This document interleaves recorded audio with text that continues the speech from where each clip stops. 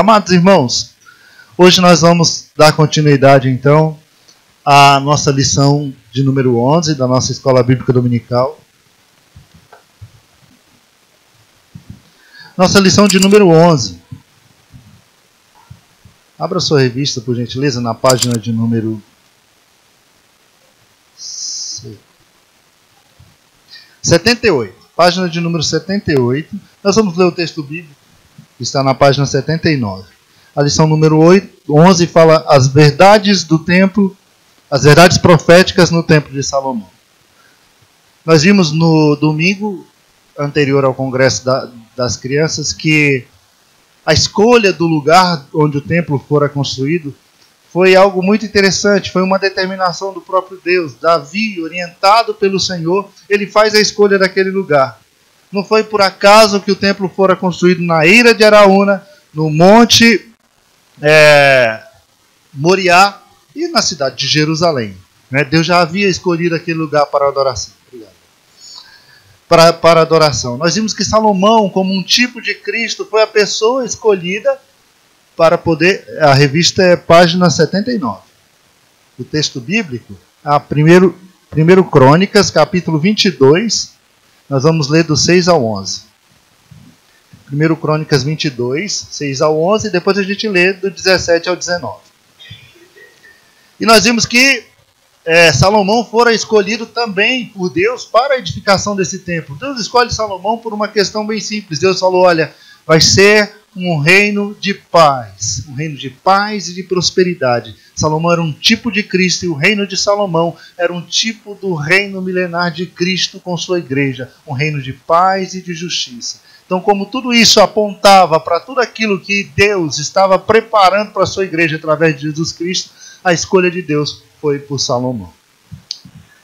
Nós vimos também na quarta-feira da semana passada que toda a estrutura do templo, tudo ali tinha uma simbologia muito grande, tudo ali apontava não apenas para Cristo, mas também para a cidade gloriosa, onde os salvos irão habitar com Cristo, a nova Jerusalém, que descia do céu, que João viu no capítulo 21 de Apocalipse, que ele descreve ali capítulo 21 e capítulo 22. Então toda a estrutura do templo, todas as pedras preciosas, toda a riqueza, toda a exuberância do lugar santo, do lugar santíssimo, tudo, a forma como fora construído o material que fora utilizado, a madeira, o tipo de madeira, as pedras ali, a forma como elas eram talhadas, os lugares onde elas foram talhadas, tudo isso também apontava para a igreja, aponta para a igreja e traz uma simbologia importante, como vimos na semana passada. Hoje, então, nós vamos dar continuidade a isso e nós vamos ver os utensílios do templo. Nós vamos ver os utensílios que estavam no lugar, no pátio do templo, no lugar santo e no lugar santíssimo, e qual a representação disso, qual o significado disso para nós como igreja, e qual a simbologia de tudo isso para as coisas futuras, para aquilo que aguarda a igreja do Senhor Jesus quando da sua segunda vinda. Então vamos à leitura bíblica. 1 Crônicas capítulo 22, versículos 6 a 11 e 17 ao 19. Então chamou a Salomão seu filho, e lhe ordenou que edificasse uma casa ao Senhor, Deus de Israel. E disse Davi a Salomão, filho meu, quanto a mim, tive no meu coração o propósito de edificar uma casa ao nome do Senhor meu Deus. Porém, veio a minha palavra do Senhor dizendo, tu derramaste sangue em abundância, e foste grandes, e fizestes grandes guerras. Não edificarás casa ao meu nome, porquanto muito sangue tens derramado na terra perante mim. Eis que o filho que te nascer será homem de repouso, porque repouso lhe hei de dar de todos os seus inimigos ao redor.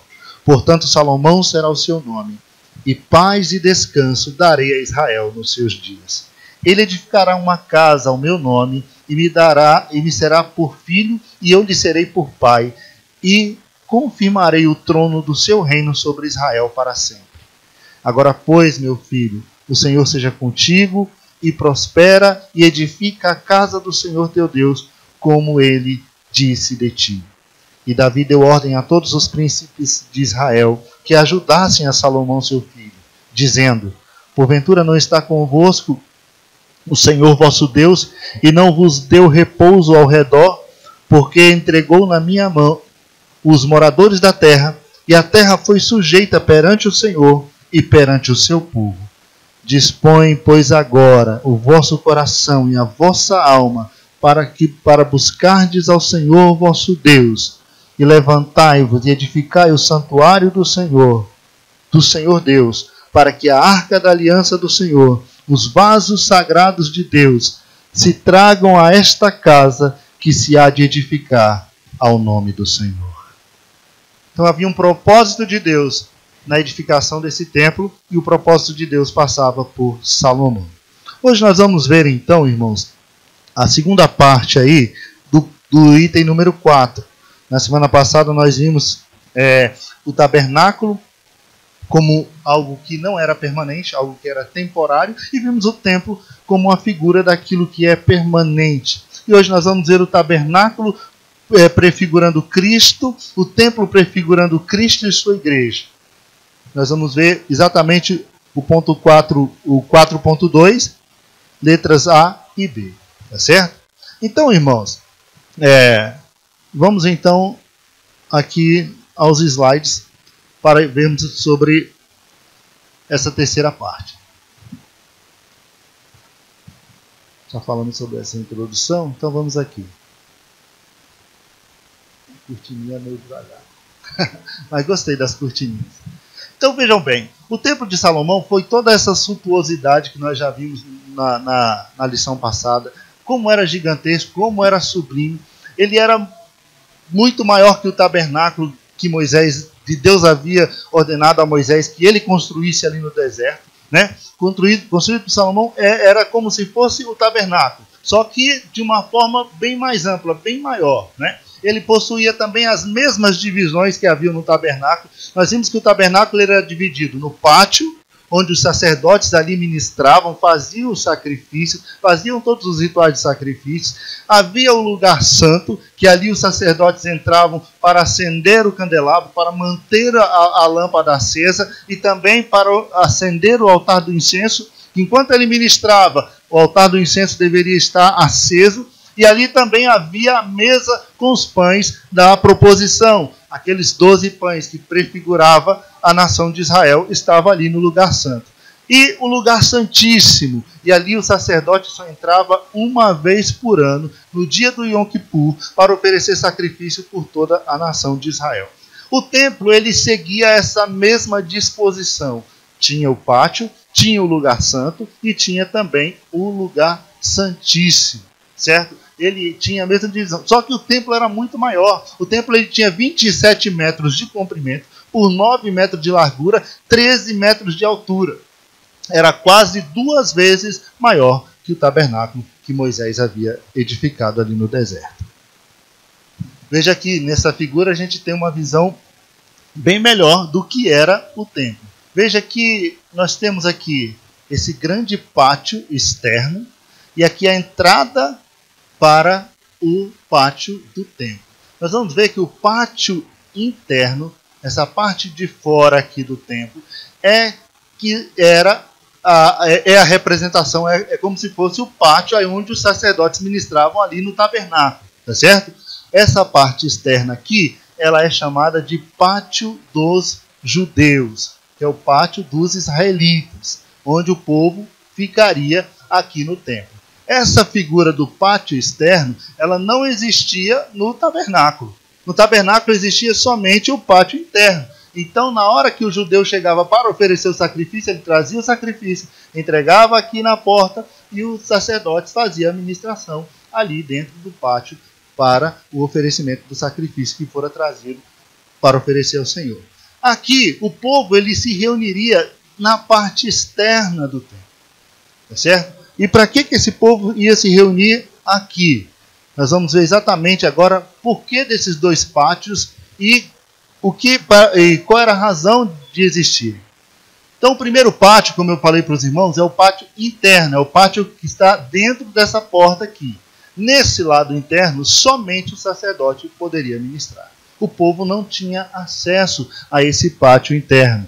O povo ficaria aqui no pátio externo. O pátio interno era estritamente para os sacerdotes e suas ministrações no altar de bronze, no mar de bronze e nas pias. Já já a gente vai ver cada um desses utensílios. Nesse pátio interno estava o pórtico do templo, né, que é a entrada do templo ali, né, propriamente dito, e o templo com o lugar santo e o lugar santíssimo, na parte interna do pátio. O pátio externo, este pátio foi destinado para os judeus. O pátio externo era chamado de o grande pátio, destinado ao povo de Israel. Era um local onde o povo entrava, apresentava as ofertas aos sacerdotes. O salmista diz que aqueles que ofereciam, que entravam ali, deveriam entrar com hinos, com louvores, com canções e com ações de graça. E era um lugar onde o povo se reunia para louvar ao Senhor. Enquanto o sacerdote fazia os sacrifícios lá no pátio interno, o povo aqui fora ficava louvando ao Senhor, de mãos levantadas, glorificando a Deus. Veja que no templo há uma fusão entre o culto que Davi celebrava lá no tabernáculo de Davi e o culto que era ministrado no tabernáculo de Moisés. No tabernáculo de Moisés era o sacerdote pela manhã oferecendo o sacrifício, à tarde oferecendo o sacrifício de animais sobre o altar. Nós vimos que na tenda de Davi não havia sacrifício de animais, mas os sacrifícios ali eram de louvor e de adoração. Ali o povo ia para cantar louvores, os levitas tocaram os seus instrumentos, adorar a Deus, que já era uma forma, uma tipificação do louvor e da adoração que a igreja faria hoje. A igreja hoje celebra a Deus da forma como era celebrado ali no tabernáculo de Davi. E aqui no templo nós vamos ver que essas duas coisas estão juntas. As duas coisas estão juntas. Esses dois momentos estão juntos. Aqui tanto o povo celebra, quanto os levitas também. Nós vamos ver que no pátio interno, enquanto os sacerdotes estão ministrando, oferecendo os seus sacrifícios, os levitas estão ali, os sacerdotes estão ali também, louvando a Deus, adorando ao Senhor. Aqui essa figura ela fica bem melhor para a gente ter a visão dos dois pátios, né? Então aqui está o pátio externo, onde os israelitas ficariam, e aqui na parte de dentro está o pátio interno, onde os sacerdotes fazem as ministrações. Veja que essa foto aqui ficou linda, né? Foi tirada de satélite. Muito linda. Agora aqui nós temos uma visão do pátio interno. Esse é o pátio interno, é o pátio dos sacerdotes.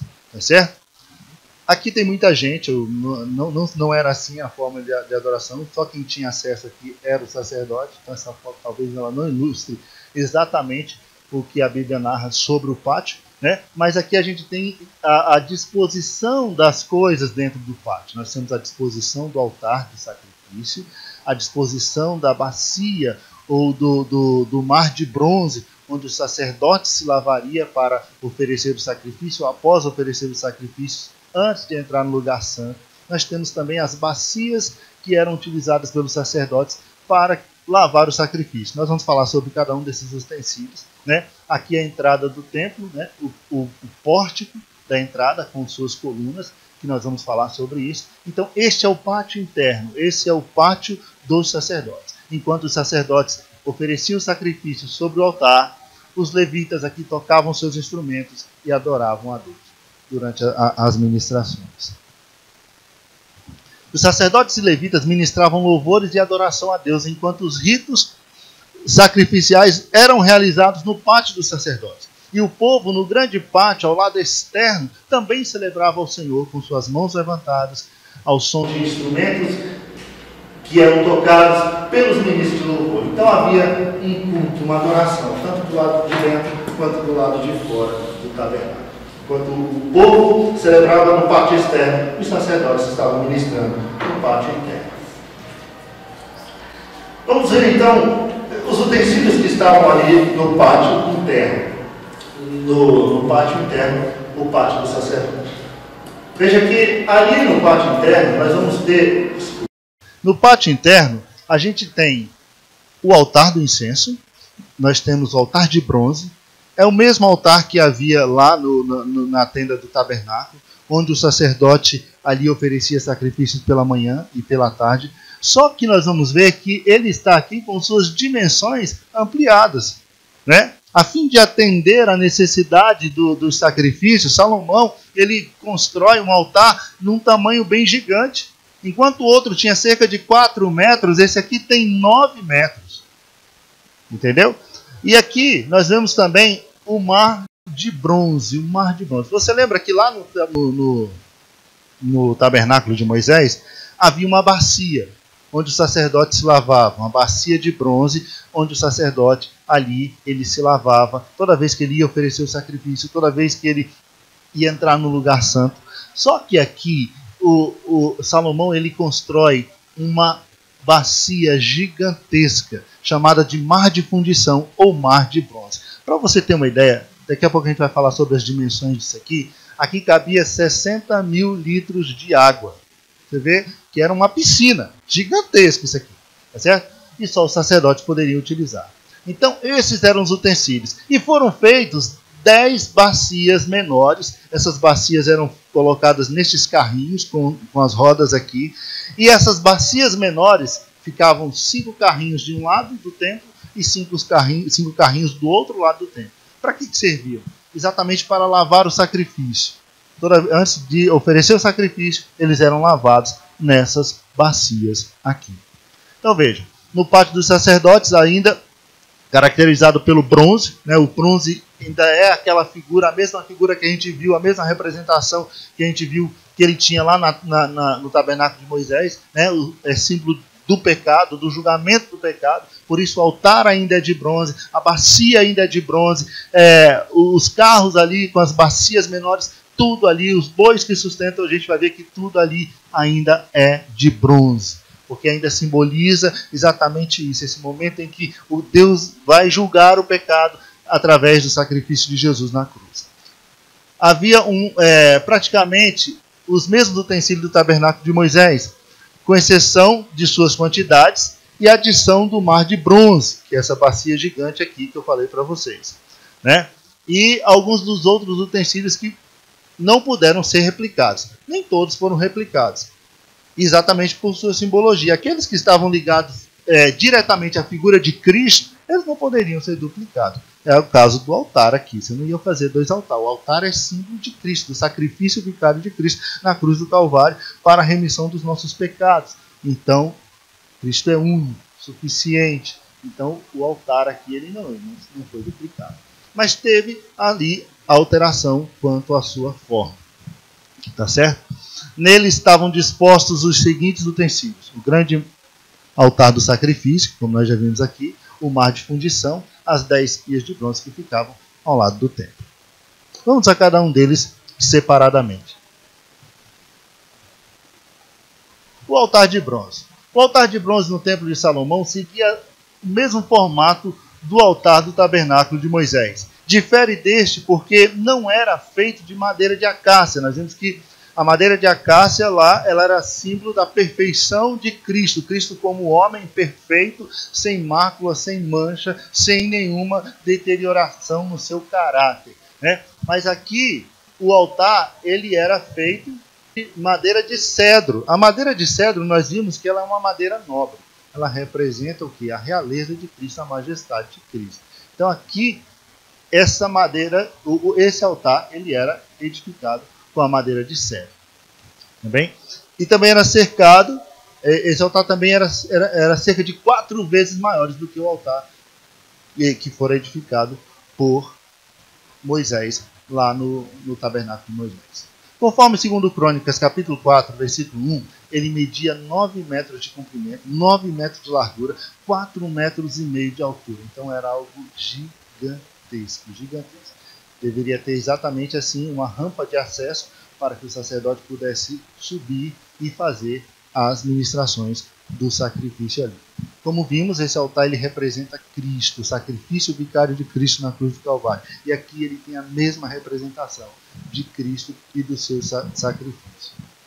Certo? Aqui eram oferecidos sacrifícios pela manhã e à noite. O altar do templo dava continuidade ao sacrifício de animais que eram oferecidos para o perdão dos pecados do povo e apontava para o grande sacrifício de Cristo no Calvário. E aqui nós vamos ver o mar de fundição ou o mar de bronze, que é essa bacia gigante que não existia lá no templo de Salomão ou no tabernáculo de Davi, ou de Moisés, mas que aqui no Templo de Salomão, essa bacia ela passou a existir. Veja que a bacia de bronze, nas quais os sacerdotes lavavam as mãos, os pés antes de entrar na tenda da congregação, foi substituída pelo mar de bronze, conhecido como mar de fundição. Ele possuía um formato arredondado, semelhante a um grande caldeirão, e media 4,5 metros de diâmetro, 2,25 metros de altura. Sua circunferência era de 13,5 metros e a sua espessura de 8 centímetros. E pesava cerca de 30 toneladas. Então era algo gigantesco. Sua borda era semelhante à borda de um cálice, arredondada como uma flor de lírio, e tinha capacidade para 60 mil litros de água. Abaixo das bordas, ao redor, haviam 12 touros, em 4 grupos de 3, cada grupo com seu rosto voltado para os 4 cantos da terra. As suas ancas ficavam para o lado de dentro, sustentando o peso ali da bacia do altar. Então veja bem, essa bacia era como se fosse aquela bacia de bronze que ficava na entrada ali do lugar santo, onde os sacerdotes se lavavam.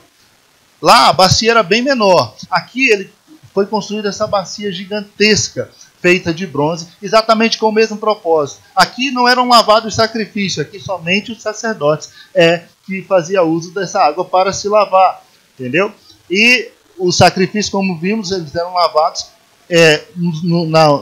nas outras bacias menores, que eram os carrinhos, e a gente já vai falar sobre eles. Mas olhando para isso aqui, a gente vê o seguinte: essas bacias, elas eram apoiadas sobre 12 touros. 12 touros. Nós vamos dizer que boi, ele é símbolo de quê? De serviço. Ele é símbolo de serviço. Então ele representa Cristo como o servo. Não é assim que Marcos apresenta Cristo? Marcos apresenta Cristo como aquele que veio para servir e dar a sua vida em resgate de muitos. Então, essa bacia ela é sustentada aqui por 12 touros também feitos de bronze. As ancas dos touros elas ficavam voltadas para baixo da bacia e sustentando aí todo o peso dessa bacia. Eram 12 touros, 3 de cada lado, voltados para cada ponto do norte, sul, leste e oeste, para cada ponto.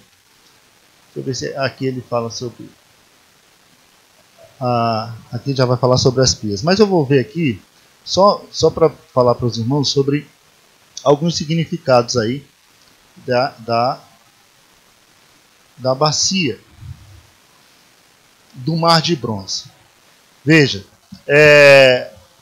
alguns escritores eles olham para o mar de fundição e eles dizem que quando se olhava para o mar de fundição e via-se o reflexo do sol batendo sobre o mar de fundição, a impressão que se tinha é que a água ali dentro daquele recipiente ela era vermelha. Ela era vermelha como se fosse sangue. Isso por quê? Porque era um metal, era bronze, entendeu? E a cor do metal no reflexo do sol fazia com que se tivesse a impressão de que a água fosse vermelha. Então alguns escritores dizem, olha, isso apontava para Cristo, para o sacrifício de Cristo na cruz do Calvário. No momento em que Cristo fora ferido por aquela lança daquele soldado ali na cruz, saiu o que do lado de Cristo? Sai água e sai sangue. Então, aqui há uma representação de Cristo nessa grande bacia, nesse grande tanque de água ali representado. Tá certo? Cristo também estava representado ali nos bois, que é símbolo de força, símbolo de também serviço. Símbolo de serviço. Aí os significados vão se multiplicando. Há quem diga que também simboliza ali os 12 apóstolos do Senhor, que também trabalham na seara do Senhor, pregando, divulgando a palavra, o evangelho para todo o mundo, né? A igreja também representada ali nos bois. Diz, a igreja hoje também suporta o peso da obrigação de levar o evangelho aos 4 cantos do mundo, pois esta é a principal missão da igreja neste mundo. Há um ídolo de Jesus, há uma carga colocada sobre Cristo, que Cristo colocou sobre nós, uma missão que nos foi dada, um serviço que nos foi otorgado, que é pregar o evangelho. E assim como esses bois, a igreja tem essa missão de pregar o evangelho. Tá certo? Então aqui os significados eles vão se multiplicando, são muitos os significados que as pessoas veem para a bacia de bronze ou mar de fundição, né? Eu já mostrei aqui, esse é a bacia, o mar de fundição. Agora, quanto às bacias menores, que eram em número de 10, no pátio do sacerdote haviam 10 pias de bronze, estas estando 5 à direita e 5 à esquerda do templo, e serviam para se lavar nelas o que pertencia ao holocausto, mas o mar de fundição era para os sacerdotes se lavar nele. O mar de fundição também representava o batismo de Cristo. Ou melhor, essas bacias representavam o batismo de Cristo, desculpe. Porque aqui o sacrifício ele era lavado antes de ser oferecido. Assim como Cristo fora batizado antes de ser oferecido como sacrifício. Então, o sacrifício era levado primeiro nas pias e depois oferecido no altar. Semelhantemente, Cristo primeiro foi lavado pela água do batismo no Rio Jordão, conforme relata nos 4 evangelhos, antes de ser oferecido no altar do Calvário. Há também uma simbologia interessante aqui quanto aos crentes. Diz que o crente aqui também é representado.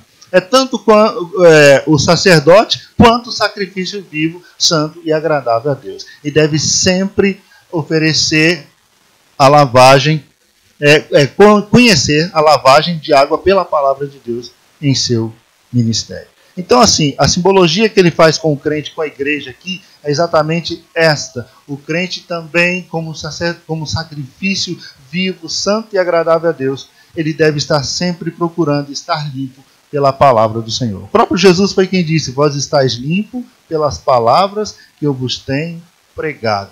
O apóstolo Paulo, quando ele escreve em Efésios, no capítulo 5, ele diz que o Senhor ele está preparando uma noiva santa, pura, sem ruga, sem mancha, sem mácula, sem mancha, mas que é lavada pelo lavar purificador da sua palavra. Então, é necessário a exposição à palavra de Deus para que tenhamos os nossos corações purificados. Da mesma forma que o sacerdote toda vez tinha que vir aqui e lavar o sacrifício antes de oferecê-lo, nossa vida também, para ser oferecida a Deus, ela deve estar limpa. E é a palavra de Deus que vai aparando as arestas em nós, né? E vai nos limpando para que a gente possa estar perfeito diante do Senhor, oferecendo-nos em sacrifício santo e agradável a Ele.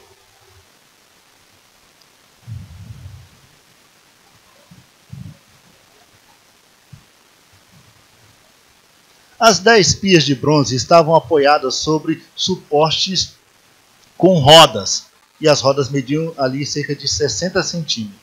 Aqui o escritor ele coloca um significado interessante para essas rodas que apoiavam esses carrinhos. Veja que está a bacia, né? O sacerdote aqui com a bacia. Essas rodas elas serviam porque essas bacias elas tinham que ser deslocadas dentro do pátio. E como ela tinha um peso muito grande, uma quantidade muito grande de água, para carregar isso seria bem difícil, era cerca de 80 litros de água aqui dentro dessas bacias.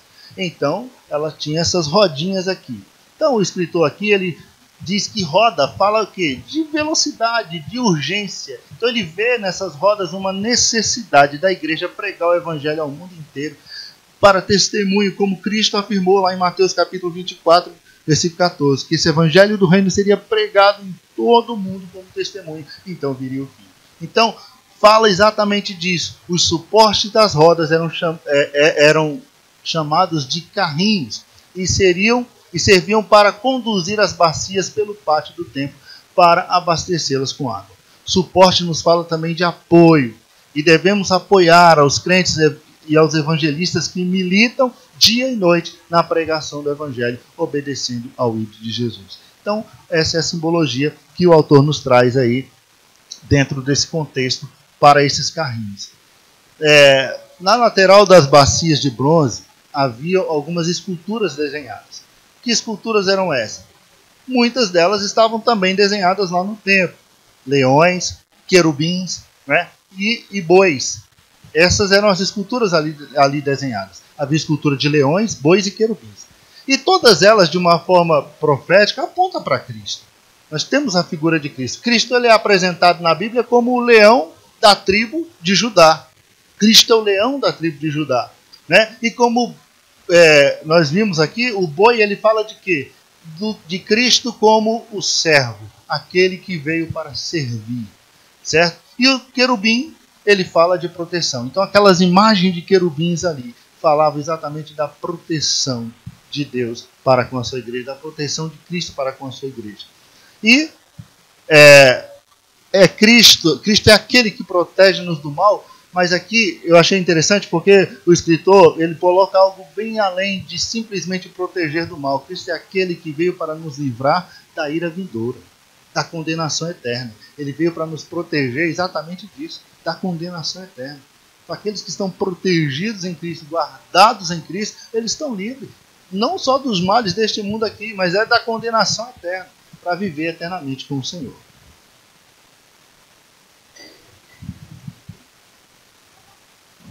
Bom, falamos do altar, do mar de fundição, das bacias dos carrinhos. Agora nós vamos falar do pórtico do templo. O pórtico do templo é exatamente essa partezinha aqui, ó, da entrada do templo.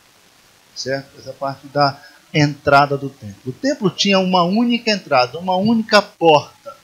Isso representa também Cristo. A entrada no céu, no reino de Deus, somente se dá através de Jesus Cristo. Então só há um caminho, só há uma porta para se entrar. E nós vimos que a porta, né, ela era feita de madeira de cedro, talhada com faca. Lembra desse detalhe? Isso representa Cristo no seu sofrimento na cruz do Calvário. Nós vimos isso na semana passada. Então aqui o templo ele também tinha apenas essa porta de entrada, um único acesso. Para o quê? Nos trazer essa ideia de que o único acesso ao reino de Deus só pode ser feito através de Jesus Cristo e do seu sacrifício. Tinha uma única entrada ao Oriente, como um alpendre chamado de pórtico, que media 9 metros de altura por 4 metros de largura. O pórtico era feito de cedro, revestido de cobre, e localizava-se à entrada do templo, ali junto ao lugar santo. Ali era um lugar de juízo, choro, súplicas e intercessões. Chegou-se a essa conclusão exatamente por causa desse texto aqui de Joel, no capítulo 2, versículo 17. É um texto que fala do juízo de Deus contra a nação de Israel. E o profeta ali conclama o povo a um jejum de arrependimento, de choro, de lágrimas. E ele diz, olha, fale para os sacerdotes para que eles venham chorar aqui, ó, entre o altar e o pórtico. Venham rasgar não as suas vestes, mas rasgar os seus corações diante de Deus, aqui, ó, entre o pórtico e o altar. Então era um lugar de oração, de súplica, de clamar pela misericórdia de Deus, de clamar pelo socorro do Senhor. Esse lugar aqui, entre o altar, aqui está o altar, e o pórtico, que era exatamente essa parte, essa fachada de entrada aqui do templo. Ainda na entrada do templo, nós temos essas figuras aqui, essas duas colunas de bronze que estavam aqui. Vejam, eram duas colunas muito lindas, que podiam ser vistas de longe, né? Brilhavam porque era feita de bronze. Imagina esse bronze polido pegando o sol no final do dia. Isso aqui devia ser algo lindo, né? No pórtico havia duas colunas de bronze, cada uma com 8 metros e 10 centímetros de altura, 5 metros e 40 centímetros de circunferência. Então eram gigantes essas colunas. Eu não sei quanto medem essas aqui de circunferência, mas já fica difícil abraçar uma dessas. Essa daqui ainda eu creio que ainda seja maior do que aquelas ali, né? Nelas haviam 2 capitéis de bronze fundidos para colocar no alto das colunas e davam um aspecto de coroa ornamentada. Aqui estão os capitéis, esses 2 capitéis. Esses capitéis mediam cerca de 2 metros de altura. Tinha esse formato aqui de coroa. Eles eram colocados no alto das 2 colunas, né? E eram adornados ou ornamentados com correntes e com romãs. Coroa fala de quê? Fala de Cristo em sua realeza, em sua majestade. Correntes fala do vínculo entre Cristo e a sua igreja. E as romãs fala exatamente de fruto, de resultado. Aqui ele traz a figura do fruto do Espírito, né? Presente na vida de cada cristão. Essas colunas, elas tinham nomes. E os nomes dessas colunas, elas tinham um significado. Essas duas colunas, elas eram chamadas Jaquim e Boaz. Elas não sustentavam o pórtico, estavam ali apenas para ornamento e glória da casa de Deus. Seus nomes podem ser as primeiras palavras do oráculo que davam poder à dinastia davídica. Segundo os estudiosos, Jaquim, a primeira coluna da direita, ao sul, significa Jeová estabelece o teu trono para sempre. Jeová estabelecerá o teu trono para sempre. E Boaz, a da esquerda ao norte, diz, na força de Jeová o rei se regozijará. Então era como se houvesse aqui uma promessa de Deus de fazer com que o trono de Davi se perpetuasse, fosse algo para sempre. Então, essas palavras, segundo os judeus interpretavam como sendo dirigidas exatamente à dinastia Davi, né? Já que Deus vai estabelecer o teu trono e vai ser firme para sempre, porque Deus vai estabelecer na sua força e no seu poder. Elas não eram utilizadas para sustentação, elas estavam aqui somente para ornamentar a entrada do templo.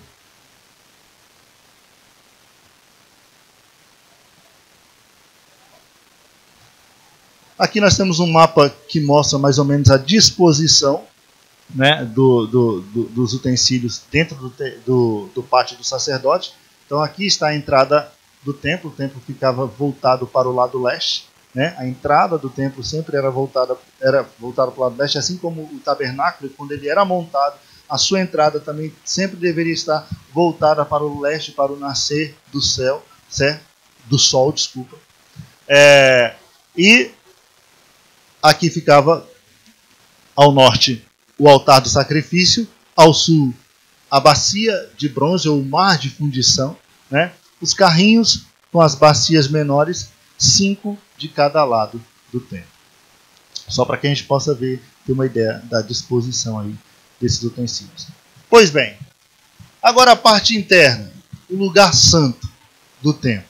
Nós já vimos que todo esse material aí, nós vimos que as paredes foram edificadas de pedra, depois foram revestidas as pedras de prata, né? Foram rebocadas de prata. Depois de serem rebocadas de prata, elas foram revestidas de madeira de cedro, de modo que não se via pedra em lugar nenhum. Depois foram talhados esses detalhes nessas paredes e depois elas foram cobertas, revestidas de ouro. O piso era de ouro, o teto era de ouro. Os sacerdotes que antes ministravam no chão de barro, lá no templo, na tenda de Moisés, agora aqui eles ministravam em chão de ouro, porque tudo isso representa o reino de Cristo. O reino de Cristo. Vamos ver aqui alguns detalhes sobre o lugar santo. Ao atravessar o pórtico, cuja entrada simboliza Cristo como único acesso a Deus, o sacerdote adentrava o lugar santo. Ali estavam 3 objetos que representavam a Trindade divina ou a Cristo em suas características.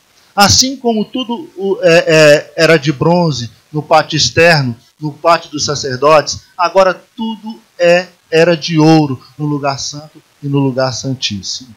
E quais eram os utensílios que existiam aqui no lugar santo, ou no lugar aqui dentro do tabernáculo? Nós vamos ver que aqui dentro nós temos, assim como lá no templo na tenda de Moisés, nós temos os candelabros. Lá na tenda de Moisés, quantos candelabros havia? Apenas um candelabro. Aqui nós temos 10 candelabros, 5 de cada lado. Nós vimos que ele simboliza o quê? A luz de Cristo resplandecendo na sua igreja. Nós vimos que aqui, lá no tabernáculo de Moisés, a única luz que existia ali era a luz do candelabro. E nós temos também a mesa dos pães da proposição, que lá no templo de Moisés, na tenda de Moisés, era apenas uma mesa, e aqui elas também foram duplicadas. Aqui nós temos 10 mesas para os pães da proposição. E lá na frente nós vamos ver que há o altar do incenso. O altar do incenso. Esse não foi duplicado. Esse permanece único, porque representa Cristo em sua intercessão pela igreja. Nós vimos que o altar do incenso era símbolo de oração, de intercessão. Nós vimos isso quando nós estudamos a tenda de Moisés, o tabernáculo de Moisés. Então, quando acendia-se o incenso naquele altar, era um momento em que o povo entendia que deveria fazer suas súplicas, suas orações. Apocalipse ele nos mostra que as orações dos santos, elas sobem diante de Deus como um incenso, como um cheiro suave e agradável ao Senhor. Então aqui, o altar aqui, ele representa exatamente Cristo lá na glória, intercedendo pela sua igreja. O altar aqui, ele era totalmente revestido de ouro. Vamos falar sobre essas peças rapidamente. Tem muito detalhe ainda para ver. Esse é o candelabro, como nós vimos, né? Assim como no tabernáculo de Moisés, os candelabros também eram colocados no lugar santo, no templo de Salomão. Porém, no primeiro existia apenas um, e era colocado ao sul. Mas no segundo, os candelabros de ouro eram 10 peças, e eram colocados ao norte e ao sul do templo, para iluminar todo o ambiente, sendo 5 de um lado da parede e 5 do outro lado, da forma como nós falamos para os irmãos. A mesa dos pães da presença. Nesse estudo vimos que as 10 pias de bronze lá no pátio externo, os 10 candelabros de ouro e 10 candelabros de ouro dentro do lugar santo, e veremos o terceiro grupo de mobílias duplicadas, que é exatamente a mesa dos pães da presença. Novamente vemos que o tabernáculo de Moisés tinha apenas uma mesa para os pães da presença, que fala de Cristo, que representa Cristo, representa seus apóstolos, representa a nação de Israel, porque aqueles pães ali representavam as 12 tribos de Israel, certo? No Velho Testamento, entendeu? E aqui ela aparece duplicada em 10 mesas. 10 mesas. E o último utensílio no lugar santo é exatamente o altar do incenso. A semelhança do tabernáculo, no templo de Salomão havia um altar de incenso que era colocado imediatamente antes do véu do Santíssimo. O altar do incenso do tabernáculo de Moisés ficava no chão de terra, e o do templo de Salomão era posto no chão de ouro. O primeiro fala do ministério terreno de oração e intercessão de Cristo, e o segundo fala do seu ministério de intercessor em favor da igreja. Quando a gente lê Hebreus, ele diz que Cristo ofereceu sacrifício, se ofereceu em sacrifício pelos nossos pecados. E agora ele está sentado à direita do trono de Deus, intercedendo por nós. Então esse altar de ouro aqui, dentro do templo, ele representa exatamente esse momento de Cristo, glorificado ao lado do Pai, intercedendo pela sua igreja. Intercedendo pela sua igreja.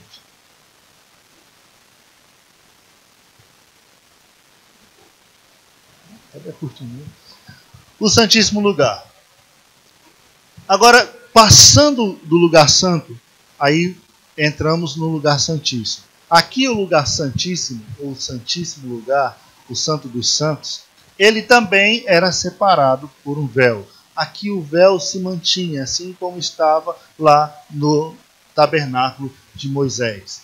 Era também a parte mais sagrada do templo, continuava separada dos sacerdotes por uma porta articulada e o véu bordado com figuras de querubins, e possuía as cores estudadas nas lições anteriores, como nós já vimos. Ali foi posto o utensílio mais importante para o povo. Qual era? A Arca da Aliança, que era o símbolo máximo da presença de Deus, que esteve perdida, jogada durante todo o reinado do rei Saul, mas quando Davi assume, ele traz de volta para Jerusalém, constrói um tabernáculo, uma tenda para colocar essa arca, mas quando ele vê que ele está num palácio, que ele está morando em um palácio feito das melhores madeiras que poderia existir, o melhor cedro que poderia existir, e a arca de Deus estava numa tenda, ele sente o desejo então de construir uma casa para o Senhor, onde a presença de Deus, o trono de Deus, a representação da presença de Deus com o seu povo pudesse estar. Então aí no templo a arca era guardada também no lugar santíssimo e também separada por um véu. Os sacerdotes também continuavam ministrando ali. Uma vez por ano ele entrava no lugar santíssimo para oferecer sacrifício no dia do Yom Kippur. Mas a arca da aliança foi o único de todos os objetos que não sofreu nenhuma alteração em sua estrutura. Por que a arca não poderia sofrer nenhuma alteração em sua estrutura? É exatamente porque a arca era símbolo da presença de Deus. Era Deus no meio do povo, era Cristo ali, a presença real de Deus manifestada ao povo. E Deus não muda.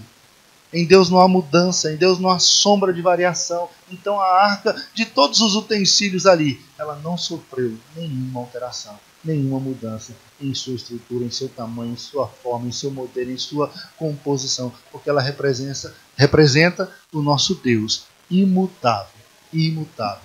Hebreus capítulo 3, versículo 8, todo mundo conhece, Jesus Cristo é o mesmo, ontem, hoje e eternamente. Malaquias 3, 6, ele diz, porque eu, o Senhor vosso Deus, não mudo.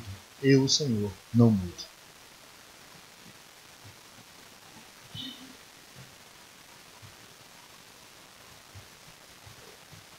Bom, aí nós vemos então a Arca da Aliança, ela continua lá no lugar santíssimo, e veja bem, havia na tampa da arca, no propiciatório, a figura dos dois querubins, né, que Deus tinha falado para Moisés que ele fizesse. No templo, além dos querubins que já estavam ali, já existiam na tampa da arca, nós vimos na lição passada que Salomão ele mandou que fossem construídos 2 querubins gigantes para que fossem colocados ali dentro. Eles eram feitos de madeira de oliveira, de madeira de oliveira. Eles tinham suas asas gigantes que tocavam um lado do lugar santo, tocavam o outro lado e se encontravam as duas asas aqui no meio. E aqui o autor ele nos fala sobre o significado desses querubins que Salomão mandou que fossem edificados para que ficassem ali, aqueles 2 querubins de madeira, todos revestidos de ouro. Ele diz, Salomão, apesar de haver 2 querubins formando uma só peça com o propiciatório, a tampa da arca, ordenou que fossem feitos 2 grandes querubins de madeira, de 4,40 metros de altura. Um deles ficava perto da parede ao norte e o outro perto da parede do lado sul, e cobriam a arca com suas asas. Aí ele fala que asa fala de quê? De proteção, de amparo. Então é como se eles estivessem ali trazendo a proteção à arca. E ali ele faz uma simbologia entre o Pai e o Espírito Santo, trazendo a sua proteção a Cristo, que está na representação da Arca da Aliança. Aí aqui tem um outro mapazinho que também nos traz a ideia de como eram dispostos os utensílios, né? O altar aqui no pátio, o mar de fundição, né? Aqui o pórtico de entrada com as 2 colunas, as bacias menores, 5 de cada lado, e no lugar santo, os candelabros e as mesas postas de um lado e de outro. No lugar santíssimo você tem a Arca da Aliança, aqui no lugar santíssimo. Pois bem, para finalizar, temos aqui uma comparação interessante, porque, irmãos, é interessante nós observarmos que lá em Hebreus, no capítulo 8, no versículo 5, o escritor ele nos diz que Deus ordenou a Moisés que fizesse o tabernáculo exatamente como Deus havia determinado para ele, porque aquele tabernáculo era a figura de um outro tabernáculo que existia no céu. De um tabernáculo maior, mais glorioso que existia no céu. Então, quando Deus ele pede para que Salomão, para que Davi construa exatamente dessa forma, com toda essa exuberância, com toda essa riqueza, com toda essa beleza, é porque tudo isso representa aquilo que Deus tem preparado para a sua igreja. Se existia brilhar os olhos diante de tanta grandeza, de tanta beleza, de tanto brilho, de tanta riqueza. Imagine como será lá no céu, na cidade gloriosa. Então, vejam bem, tudo que aqui está descrito, tudo que aqui está representado, aponta para lá, aponta para o céu, aponta para aquilo que Deus preparou para a sua igreja, lá na glória. E é isso que nós vamos ver aqui para encerrar. A Nova Jerusalém, o tabernáculo de Deus. A Nova Jerusalém é um novo tabernáculo de Deus. O apóstolo João, ele viu descer do céu, ataviada como uma noiva para o seu noivo. Está lá em Apocalipse, no capítulo 21, a visão que João tem dessa cidade gloriosa. E nós vamos ver que quando João tem a visão dessa cidade, ele tem exatamente a visão, né, que nos faz lembrar de alguns detalhes do próprio templo de Salomão. O templo terreno e a cidade santa. Vamos ver alguns traços que são semelhantes. Traçando um paralelo entre o templo de Salomão e o tabernáculo celestial, ou seja, a Nova Jerusalém, a cidade de Deus, vemos que a santa cidade, o templo e o templo são semelhantes em muitos detalhes. Como no templo, a Nova Jerusalém também era quadrada em forma de cubo. Nós vemos que no templo, o lugar santíssimo, ele era quadrado. 9 metros de largura por 9 metros de comprimento. Então, assim como a cidade era quadrada, ali no templo, o lugar santíssimo também era quadrado, né? E ela tinha pedras e brilhava em toda a sua formosura, né, como uma pedra preciosa. Por isso que o templo de Salomão ele foi totalmente revestido de pedras preciosas. Quando a gente lê aqui Apocalipse capítulo 21, só para que os irmãos tenham essa ideia,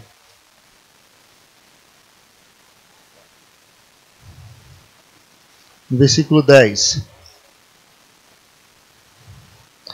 diz assim: E ele me conduziu no espírito à parte mais alta, a uma montanha, e revelou-me a cidade santa, Jerusalém, que descia do céu, da parte de Deus. Versículo 11. Ela resplandecia com a glória de Deus, e o seu resplendor era como o brilho de uma joia lapidada e muito preciosa, assim como um grande diamante translúcido, feito de cristal puro. Então veja que, assim como o templo, cravado de pedras preciosas, no seu brilho, na sua exuberância, a cidade santa também é assim representada. Então tudo aquilo ali dentro do templo, toda aquela beleza, todo aquele brilho, refletia exatamente aquilo que Deus estava preparando para os seus na glória. O templo também foi construído com metais muito valiosos. Era adornado com pedras preciosas em sua parte interna, desde o chão até o teto. Era coberto de ouro puro, assim como os sacerdotes no templo vestiam-se de branco e ministravam sobre o chão de ouro, os salvos também serão vestidos de branco e andarão nas ruas de ouro na Nova Jerusalém. É assim que vai ser no céu. No céu nós seremos reis e sacerdotes. E assim como os sacerdotes no templo ministravam ali em chão de ouro, num lugar que era totalmente revestido de ouro, nós também, no céu, a igreja do Senhor Jesus, também vai pisar ruas de ouro. Isso é o que diz a palavra do Senhor. Apocalipse capítulo 21, versículo 21. Vou aproveitar que está aberto aqui. Os 12 portais eram 12 pedras, 12 pérolas. Cada um dos portais constituía uma parte de uma só pérola. E as ruas principais da cidade era de ouro puro, reluzente como vidro límpido. As ruas eram de ouro puro, reluzentes como vidro límpido. Os muros da cidade. O templo de Salomão ele era cercado por muros altos, com 2 pátios, interno e o interno. Interno e interno, e tinha várias portas de acesso, onde o povo poderia entrar por uma porta e sair por outra porta. Essas portas não se fechavam, elas permaneciam abertas constantemente. Isaías capítulo 60, versículo 11, ele fala sobre isso. e eram guardadas por porteiros. Então Salomão ele estabeleceu porteiros para vigiarem essas portas. E olha como é a Jerusalém celestial. Olha como é a Nova Jerusalém. Apocalipse capítulo 21, versículo 12. A Nova Jerusalém também é cercada por uma muralha muito alta e grande, com 12 portões, guardados por 12 anjos. Nos portões estavam escritos os nomes das 12 tribos de Israel. Os muros tinham 12 portas que ficavam abertas dia e noite, e os seus fundamentos eram adornados com 12 pedras preciosas. No templo, seus fundamentos eram de ouro e pedras preciosas. Então veja que nada era por acaso.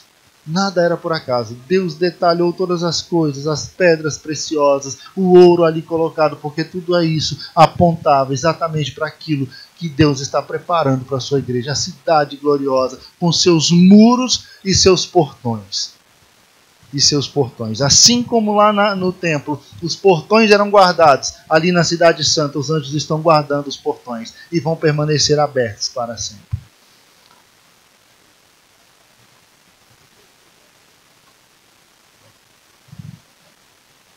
Outro detalhe importante é acerca do pátio, né? Os pátios, né? Tanto os pátios aqui do templo, né? Como os pátios na Nova Jerusalém. Na Nova Jerusalém não haverá metais como prata e bronze, que eram nos antigos tabernáculos. Porque um era símbolo do juízo contra o pecado e o outro falava da redenção. E os remidos não estarão mais em juízo com Deus e não precisarão mais ser resgatados. Então lá a gente não vai encontrar nada de prata, nada de bronze. Tudo lá é de ouro. Tudo lá é do mais puro ouro. O pátio do Templo de Salomão pode ser comparado à praça da cidade santa, mas sem a figura do altar de bronze.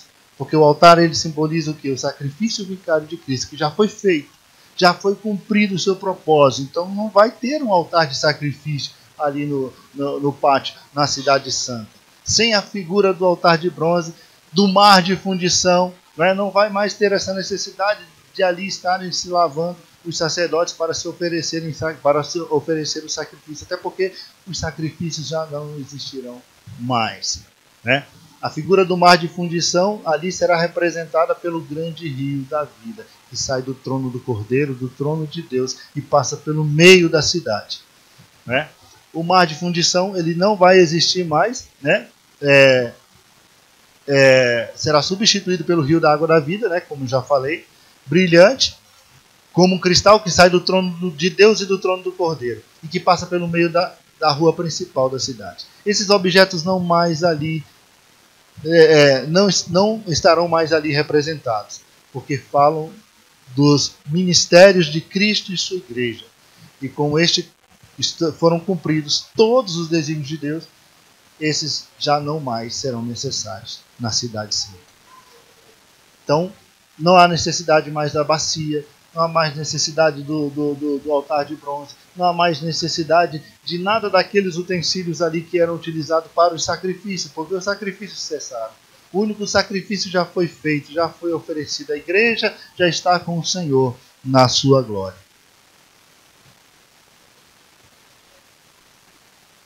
Agora, o lugar santo. Que comparação a gente pode fazer entre o lugar santo e a Nova Jerusalém? Nós vemos que as mobílias do lugar santo, tanto a mesa dos pães da proposição, os pães da presença, como o castiçal, que era a iluminação para aquele lugar, e o altar do incenso, eles não mais serão necessários. Lá no céu não vai haver necessidade de nada disso. A mobília do lugar santo, com o candelabro, a mesa dos pães do altar do incenso, também não mais serão necessários, porque todos eram representação de Cristo e seu ministério terreno. E todas as funções sacrificiais e intercessórias a favor do seu povo se cumpriram nele, quando se tornou o eterno sumo sacerdote. A cidade santa agora não precisa de sol nem de lua para iluminá-la, pois a glória de Deus brilha sobre ela, e o Cordeiro é o seu candelabro.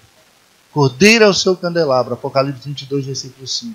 Os pães representam Cristo, então Cristo, o pão da vida, já está ali representado. O altar do incenso também não vai ser mais necessário, né? Não será mais necessário. Apocalipse no capítulo 8 ele fala de um altar de ouro onde ali subia o incenso que eram as orações dos santos, né? Subia a presença de Deus. Mas esse altar não está na cidade santa. Ele não está na Nova Jerusalém. Ali não há mais necessidade de intercessão. A igreja já está com o Cordeiro. A igreja já está com o noivo ali no céu.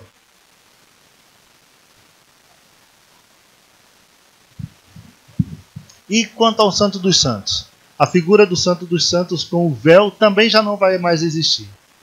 Porque todos teremos livre acesso a Deus diante do trono e não haverá barreiras de aproximação. Porque o pecado não terá mais domínio sobre nós. A Arca da Aliança não está mais lá com suas restrições e proibições, pois ela era apenas a representação do trono de Deus. E agora todos os remidos não sofrerão mais separação causada pelo pecado e estarão diante do trono de Deus e do trono do Cordeiro e servirão para sempre. Na Cidade Santa não haverá nenhum templo, pois o seu templo é o Senhor Deus Todo-Poderoso e o Cordeiro. Então veja que a Arca da Aliança não será mais necessária. O lugar santíssimo com o véu também não será mais necessário. Não haverá mais separação. Nada mais poderá separar a igreja gloriosa de Cristo, do Cordeiro. Estarão para sempre juntos. É interessante, né, que quando Deus ele fala para Moisés para construir o tabernáculo, Deus diz para Moisés: porque eu quero habitar com vocês. Eu quero estar com vocês. Eu quero estar no meio do povo. Então a necessidade. Deus ele sempre quis estar com o seu povo. Deus ele sempre quis estar reunido com o seu povo, perto do seu povo. Deus amou o homem de uma maneira tão grande, irmãos. E quando a gente vê esses detalhes aqui, a gente consegue entender pelo menos um pouquinho desse amor de Deus que nos envolve de uma forma extraordinária. De uma forma extraordinária. O desejo de Deus era estar com o homem. O desejo de Deus era tabernacular com o homem. E Deus ele vem preparando isso para que o homem possa estar eternamente com ele. Eternamente com ele. Então ele que disse: olha, eu vou habitar no meio de vós. Depois ele vem e diz assim: olha, eu vou para o Pai e eu vou preparar lugar e eu vou levar vocês para que onde eu estiver, vocês estejam também junto comigo. Porque esse é o desejo de Deus, que nós estejamos sempre perto dele. Nós estejamos para sempre com ele, né? Na oração sacerdotal, Jesus diz a mesma coisa. Ele diz: aqueles que tu me deste, que eles estejam comigo. Que eles estejam comigo. Então, o desejo de Cristo era esse. E é interessante que hoje nós somos templo e habitação de Deus, né? Na Nova Jerusalém, ele será o templo. Nós habitaremos nele. Nós estaremos nele para sempre. Na cidade não vai ter necessidade de um templo. Ali, Apocalipse capítulo 21, versículo 2 diz que ele, o Senhor Deus Todo-Poderoso e o Cordeiro, ele será o templo. E nós viveremos para a glória dele, na presença dele, adorando a ele por toda a eternidade. Amém? Então, de uma forma bem especial e bem gloriosa, o Templo de Salomão, ele nos traz exatamente essa ideia do que é a Nova Jerusalém, do que é o reino de Cristo, do que Cristo preparou para a sua igreja. Então tudo ali era exatamente dessa forma, tão bem trabalhado, e com muito ouro, com muita riqueza, com muito brilho, com muita luz, porque tudo isso refletia Cristo em sua glória, a igreja no seu momento glorioso. Enquanto que no tabernáculo nós temos essa visão de Cristo aqui na terra, cumprindo a sua missão para salvar a humanidade com seu sacrifício na cruz do Calvário. Nós, olhando para o templo, nós vimos o Cristo glorificado, o Cristo exaltado, preparando um lugar para receber a sua igreja gloriosa. Amém, meus irmãos? Então, sobre essa parte do templo, a parte interna do templo, era isso que nós tínhamos para ministrar aos irmãos. Ainda tem uma quarta lição que fala exatamente do momento da consagração do templo, da dedicação do templo, que é outro momento bem especial. E assim encerra-se a lição do capítulo 11. Né?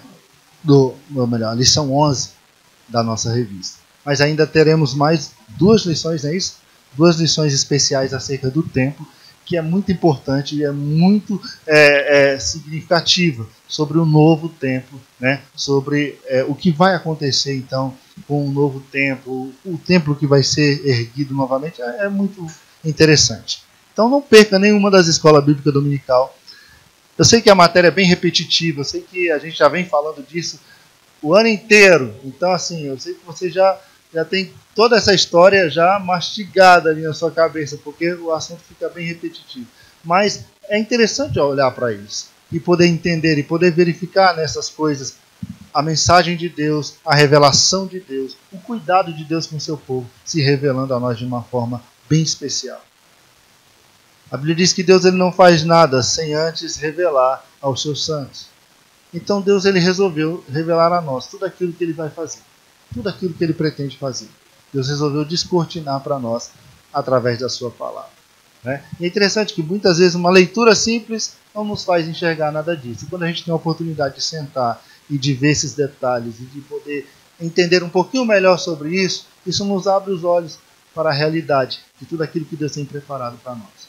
É importante nós lembrarmos que ali no céu não vai entrar nada que contamine. Somente o que é santo. Somente o que é santo. Toda vez que João, ali em Apocalipse, ele fala da cidade, ele descreve a cidade, ele vem depois e ele diz, ali não vai entrar nada que possa contaminá-la, nem o pecado, porque tudo ali é santo. Então é por isso que nós estamos aqui sendo trabalhados, sendo tratados, né, pelo Senhor, para que possamos chegar ali santos, irrepreensíveis, né? Varões perfeitos, a estatura de Cristo, para podermos habitar com Ele na eternidade. Amém? Feche seus olhos, mesmo assentados. Pai querido e santo, Deus de glória, Deus de majestade. Muito obrigado, Senhor. Muito obrigado pela Tua palavra. Muito obrigado, Senhor, porque o Senhor nos faz ver e entender o quanto o Senhor nos ama. O quanto o Senhor tem um cuidado especial pelos seus, pela sua igreja, pelo seu povo, Senhor. O quanto o Senhor nos quer reunidos com o Senhor na glória. Ó Deus, e que Tu tens preparado para nós algo glorioso, Senhor. Nos salvar era suficiente. Nos livrar da condenação eterna era muito mais do que suficiente. Muito mais do que nós podemos ou possamos merecer. Mas o Senhor fez muito mais. O Senhor nos ama de uma forma que nós não podemos imaginar, e preparou o céu, preparou um lugar de prazer, de delícia, de descanso, para que pudéssemos estar para sempre com o Senhor em adoração e em louvor. Muito obrigado, Deus, pelo Teu amor, muito obrigado pela Tua graça, muito obrigado pela Tua misericórdia manifestada a nós. Em nome de Jesus. Amém. Amém.